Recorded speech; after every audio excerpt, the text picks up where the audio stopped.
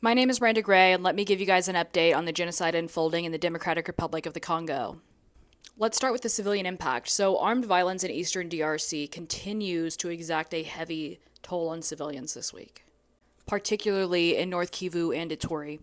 And OCHA reports that since the start of 2025, more than 1,000 people have been killed across North Kivu and Ituri amid repeated attacks by armed groups. In Beni and Lubero territories, at least 400,000 people had been displaced by the end of October, many of them repeatedly uprooted and now sheltering in highly insecure and hard-to-reach areas.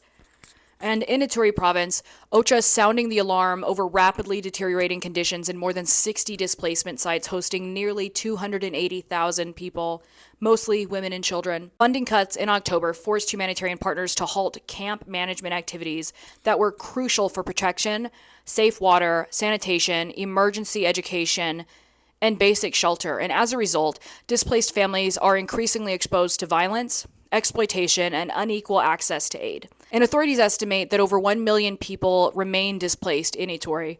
Beyond Ituri and North Kivu, violence is also spreading in South Kivu. Renewed fighting in Mwenga territory since the 4th of November has displaced more than 72,000 people now, many of whom fled with few or no belongings and are now depending on overstretched host communities and limited humanitarian assistance.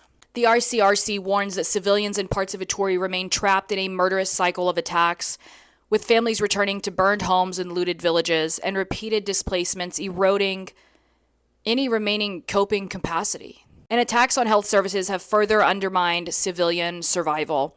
Since the start of 2025, at least 6 health facilities have been attacked in eastern DRC. In total, 28 health sites have been affected by armed attacks since 2024, and more than half remain non-functional, depriving over 150,000 people of essential care. And communities already facing acute insecurity are now struggling to access trauma care, maternal, and child health services, and treatment for malaria, cholera, and other preventable diseases. Hunger is deepening. The latest Integrated Food Security Phase Classification IPC analysis finds that nearly 25 million people, which is more than 20% of the entire population, are facing high levels of acute food insecurity, which is IPC Phase 3+, with the number projected to rise to 27 million in the first half of 2026. The situation is particularly severe in eastern provinces, including North Kivu, Ituri, and parts of South Kivu, where conflict continues to disrupt livelihoods and access to markets. Again, my name is Miranda Gray. This was the civilian impact in the Democratic Republic of the Congo in the last week, and this is the Gray Legacy, and we talk about geopolitics.